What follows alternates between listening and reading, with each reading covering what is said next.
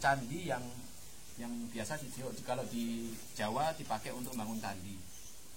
Sehingga para sesepuh dulu buat buat makam juga pakai batu candi seperti ini. Kan batu candi. Kalau jenengan ke candi-candi mesti ketemu batunya kayak gini. Kalau ini juga gaya Surakarta. Nah, kalau yang ini gaya Bayat, Pajang, Joko Tingkir. Nah, jenengan nate ziarah wonten Sarian Butuh Seragen, Sarianipun Joko Tingkir. Nah, itu bentuknya kayak gini. Nah, yang saat ini sering dipakai di daerah Solo, Klaten, Boyolali, Sukoharjo, banyak yang pakai kayak gini. Sampai hari ini tahun 1900-an masih banyak yang bantunya model seperti ini dan bentuknya kayak gini. Jadi ini kan gini Pak, satu hanya itu ada yang dari Bayat, terus ada yang dari Surakarta, ada yang dari Jogja. Itu kok bisa beda-beda tuh gimana tuh Pak? Terkadang di satu masa itu bapaknya ngabdi di Surakarta, anaknya bisa jadi ngabdi di Ngayogyakarta. Gitu. Nah, yang kedua ngambil sanad ilmunya. Nah, sanad ilmunya kalau seperti ini berarti beliau ini dulu ngajinya ya daerah Surakarta sekitarnya. Jadi ngambil ngambil ilmu yang diterapkan di sini, ngambilnya dari sana. Atau mungkin bisa gini Pak. Bisa Pak, cuma ketika sudah masuk era Surakarta kan sudah melewati jalur banyak sekali. Oh gitu. Jadi misalnya sekarang orang mengaku bahwa dia keturunan Brawijaya. Itu kan jauh sekali ya Brawijaya. Setelah Brawijaya ada Demak, setelah Demak ada Pajang, setelah Pajang ada Mataram Islam ada Kartosuro, setelah Kartosuro ada Surakarta, Ngayogyakarta. Jadi kalau orang mengaku dia keturunan Brawijaya lah, terus sing Surakarta, sing Kartosuro piye? Jadi lompatnya jauh. Iya. Jadi yang nggak ada lagi yang Brawijaya, ini udah anak pinak turun temurun semua. Sehingga kalau mau kita sebut beliau ini keturunan Sunan Pandanaran, jalurnya kok pun ya tetap aja nanti dari Surakarta atau dari Ngayogyakarta. Saling nyambung ya Pak. Saling nyambung. Nah, di telapak Jawa bagian selatan dipakai oleh Mbah Joko Tingkir. Sehingga yang mengambil sanad biji ke sana otomatis bentuknya ya harus kayak baju itu gua yang perlantan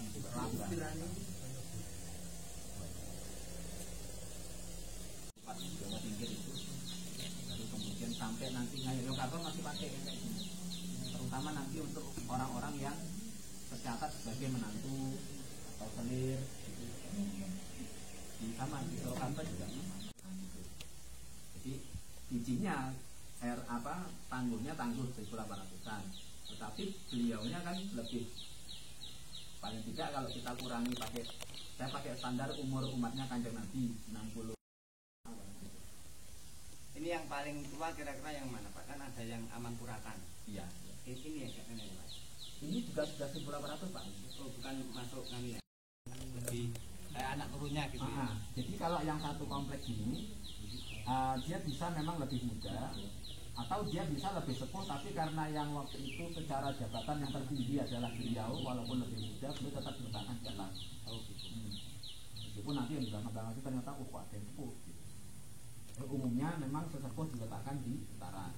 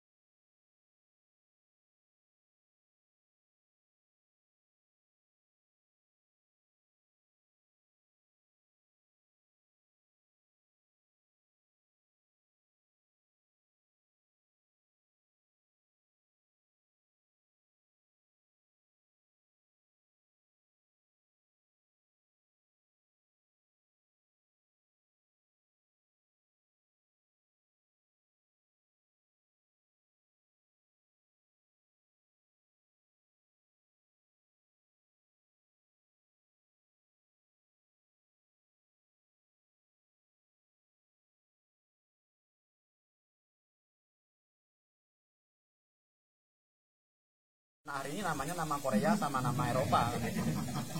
Angel, nggak ada pakemnya. Nggak ada pakem, mau kelangan jati diri. Nah, maka nama Sutomerta, oh ini berarti beliau di keraton disebut jabatannya apa nyemanggakan, tapi kalau nama-nama begitu biasanya jaksa, pengulu gitu. Oh gitu. Kenapa? Jadi benar kalau jabatannya pangkatnya Tumenggung ya? Iya, Tumenggung Sutomerta. Antara riwayat warga kan katanya Tumenggung. Iya.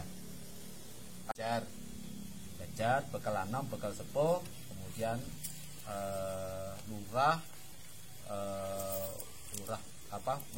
penewu, wedono, terus Tumenggung. Kalau yang standar Jogja hari ini. Tapi memang Tumenggung itu sudah pangkat yang paling tinggi.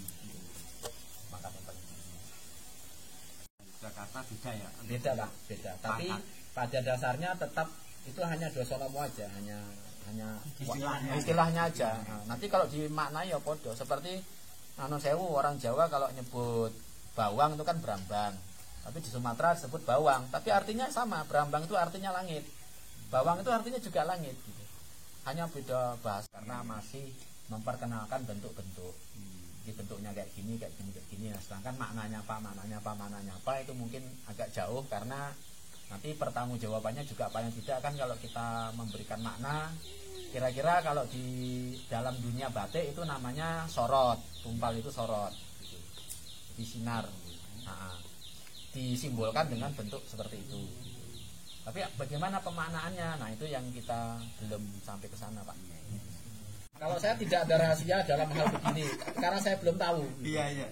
Jadi kalau nanti saya memberitahu sesuatu yang saya tidak tahu, wah beliau ini bisa ngamuk kan?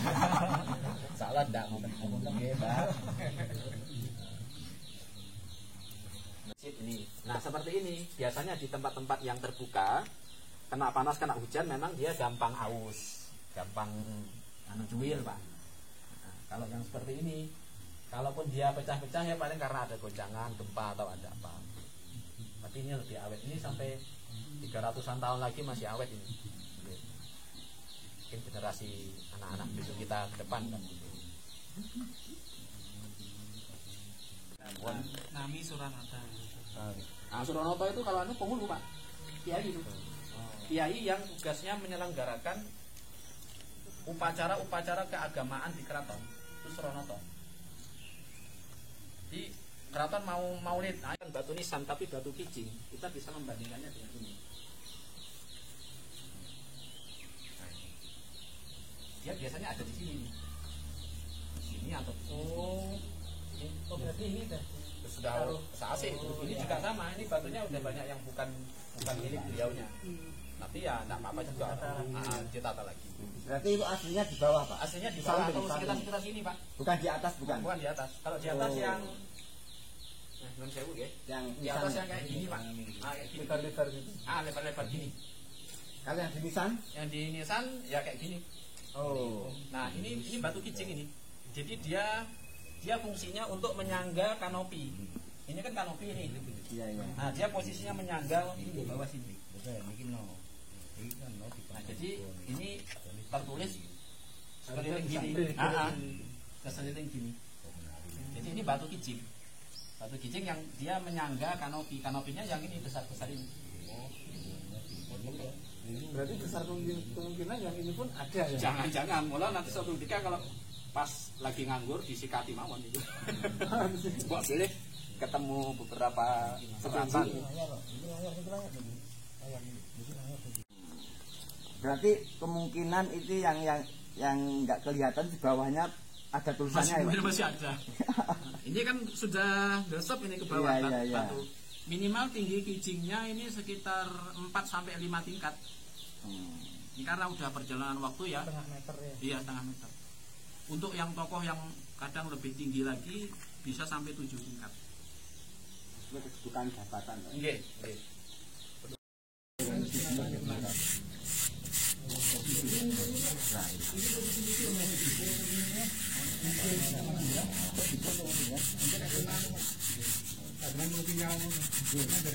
Mungkin hiasan-hiasannya kelihatan nih. Ada ulang pemanggalnya juga nih.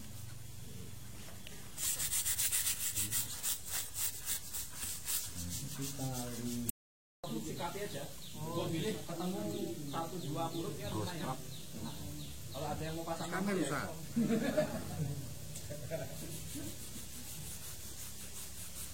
Merendahkan beliau-beliau. Pak Anu, kamu tak kasih ibu-ibu itu dia mau.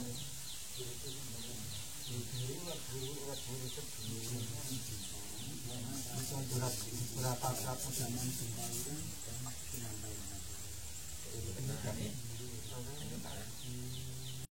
kayak gitu persis, batu-batu petak-petak yang kayak gini. Nah biasanya tulisan-tulisannya ada di yang kayak gitu-gitu. Tulisan-tulisan.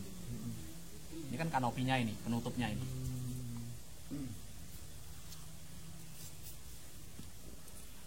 Sekarang kan kurikulum sekolahan. Jadi semua yang menjabat di iya pasti ulama, itu pasti ulama dan ampuh-ampuh. Apalagi dikasih masjid, nah, itu nggak sembarang. Kalau ada orang dulu terus paringi masjid, dibangunkan masjid, itu berarti kalau istilahnya kalau dalam anu kita ya itu kewaliannya nggak usah diragukan gitu. Kalau anu kok paringi masjid kok. Itu yang biasa ngomong bebek itu berarti ya ulama jelas ya ulama. Iya. Dan salah satu kekhususannya kalau dalang tuh khusus dalang ruwatan. Spesialis. Iya spesialnya ruwatan. Kalau dalang, kalau dalang ruwatan biasanya yang kayak gitu-gitu simbolnya.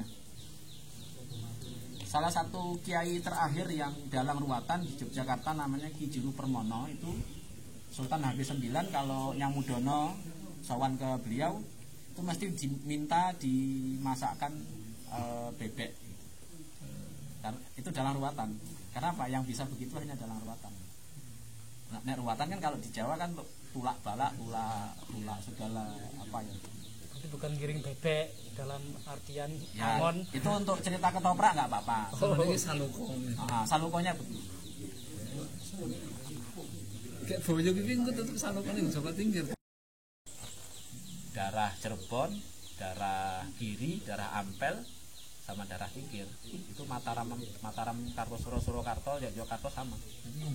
Mus muter-muter situ-situ aja.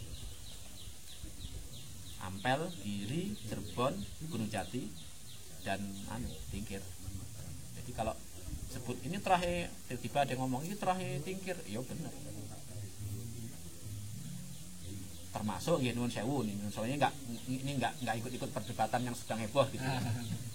Wah kan oke nek sayite, nek saya pancen sayit wong Mataram kok gitu kan. Otomatis karena terah Ampel, terah Giri, terah Cirebon itu semuanya jadi satu ya otomatis sayit. Makanya kalau ada yang mengatakan di sini banyak sayitnya, yo pancen terus nek sayit. Sarifah kalau situ turun-temurun gitu. Nah iya. Ada sarifahnya. Pokoknya semua orang Mataram pasti ada darah Kanjeng Nabinya. Otomatis karena ke atasnya siapa Mbah sinten Hamengkubuwono 2 lah, Hamengkubuwono 2 minggah Hamengkubuwono 1, Amangkurat 4, BB 1, Amangkurat 1, Sultan Agung, Hanyokrawati, Senopati, Pemanahan nanti punya istri dari Cirebon, turunan Gunung Jati. Ya wis berarti ada darah sayitnya dong jenengan kan gitu. Tapi enggak diakui Pak kalau perempuan. Oh, nek Mataram diakui. Kalau Jawa diakui. Jawa laki-laki perempuan tetap turun Kanjeng Nabi. Dinasakan. Ini ini enggak masuk ke perdebatan yang sekarang lagi heboh gitu. Kalau dari dulu begitu, makanya saya kalau sawan gini assalamualaikum ya, saya nguluk salamnya ke Kanjeng Nabi, kadang-kadang saya vulgar nyebut ya dzurriyyata Rasulillah gitu, kadang-kadang tapi enggak selalu. Ini kan Pak, kalau dulu pusat-pusat peradabannya kan di puncak-puncak gunung. Tidak di tengah-tengah kota itu hanya keraton Kutaraja kalau sekarang. Tapi penduduk-penduduk semuanya kan beraktivitas di puncak-puncak. Dari situ kita dapat memahami mengapa makam-makam para wali kan di atas gunung. Karena memang dulu kehidupannya di situ. Itu yang pertama. Yang kedua, jadi misinya para wali songo itu kan membuka tempat, dan setiap membuka tempat itu minimal dikawal oleh 40 ulama. 40. Ya nek anunya Bloko Sutonya dikawal 40 wali, tapi nanti ndak kita gemede gitu kan. 40 ulama mawon. 40 ulama, otomatis kalau ada 40 berarti harus ada masjidnya. Kok 40 nggih iku kalau cerita di para sesepuh itu nderek mazhab Syafi'i. Karena Imam Syafi'i kan syaratnya Jumatan 40 minimal. Gitu minimal. Itu 40 tokoh-tokohnya, belum istrinya, anaknya. Nek istrinya ada 2 ya berarti kabeh digawa gitu. Makanya daerah ini banyak sing gambar bulan itu. Itu sama-sama banyak yang bilang. Ini aja mungkin yang kelihatan hanya ini. Siapa tahu di sela-sela sini dulu banyak lagi yang nggak kelihatan dan sudah tenggelam kan gitu. Jadi untuk keluarga sini ini tidak mesti harus pakai nisan kayak gini, Pak. Tidak mesti, Pak. Jadi ada yang tanah biasa. Ada yang tanah biasa. Atau tanah biasanya itu dulu ada nisannya, ada kijinya, tapi dalam perjalanan waktu ini kan sudah kira kesini kan sudah 300-an tahun ya. Mungkin ambles, hilang, ketelan tanah, kita tidak tahu gitu. Makanya kalau tiba-tiba ada orang sowan ke sini terus mengatakan iki janjane niki terus kata pun diinggih kemawon, ya betul. Ini kan yang kelihatan. Bisa jadi banyak lagi nggak kelihatan. Yang sudah yang dibabat dibuka desa itu ada satu tokoh utama yang sudah membabat di situ. Tapi nanti tokoh ini bisa jadi pergi mencari tempat lain lagi gitu, buka tempat lain. Contohnya kayak Kota Gede Jogja itu dulu sebelum Ki Ageng Pamanahan masuk itu sudah dibabat alas dan sudah jadi oleh Panembahan Jayaprana. Kalau jenengan ziarah Kota Gede itu nanti yang paling atas paling utara itu makam Jayaprana itu. Nah pola-polanya kayak gitu. Dan kalau buka desa kira-kira gini Pak. Ya. Ini kan masjidnya di sini kita di desa sini. Nah nanti kalau sudah buka di sini satu masjid. Nanti sekitar berapa radius berapa kilometer di sini harus ada masjid juga. Terus sini juga sama di wetannya, di kulonnya juga sama di selatannya. Karena apa? Karena mengikuti pola kiblat papat. Kiblat papat pancar. Nah jadi pancarnya masjid ini.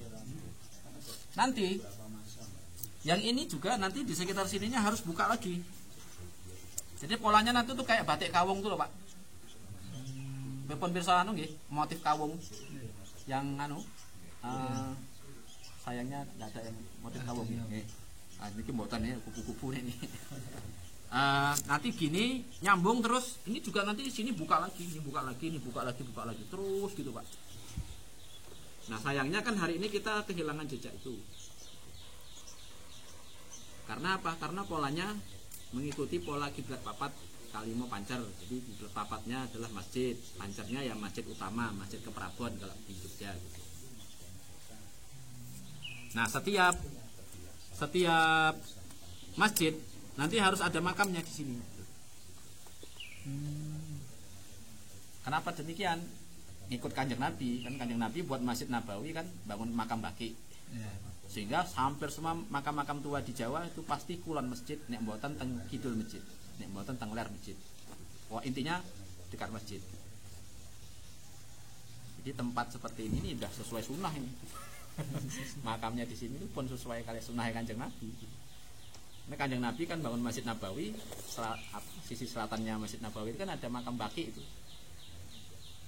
Bahkan pasariannya Kanjeng Nabi kan di Raudhah kan, dalam masjid. Yang hari ini oleh sederek-sederek kita dibid'ahkan. Jadi ini ra oleh salat neng komplek makam, jare ning ngono.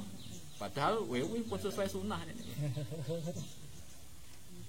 Nah, hal-hal begini kan juga kita tidak tahu. Orang-orang dulu ternyata pembacaan terhadap hadis dan macam-macamnya itu udah pono gitu. Kajiannya sudah matang. Terus itu Pak tadi yang disampaikan bahwa ulama yang diberikan masjid itu memang ulama besar. Yang memberikan itu otoritasnya siapa itu? Otoritas ulamanya yang di keraton. Kalau sekarang kiai pengulunya. Kiai pengulunya itu kalau kiai agengnya, atau kalau hari ini kalau konteks negara Indonesia menteri agamanya.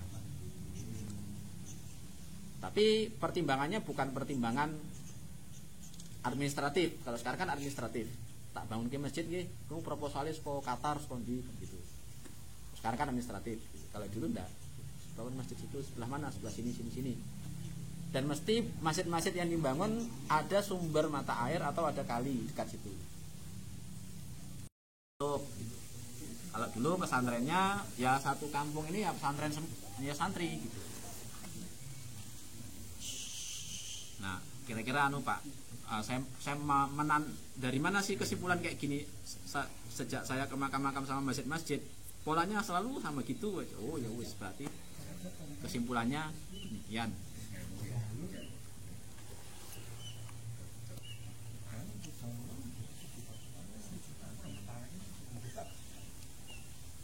Mudah-mudahan berarti batunya ada yang satu lembar Pak kalau ini. Pundi, Pak?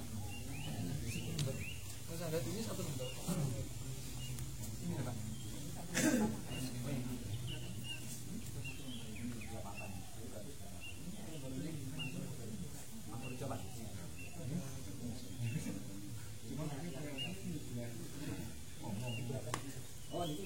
Oh, yang kemarin Mas Ujuk ngirim ya? Iya.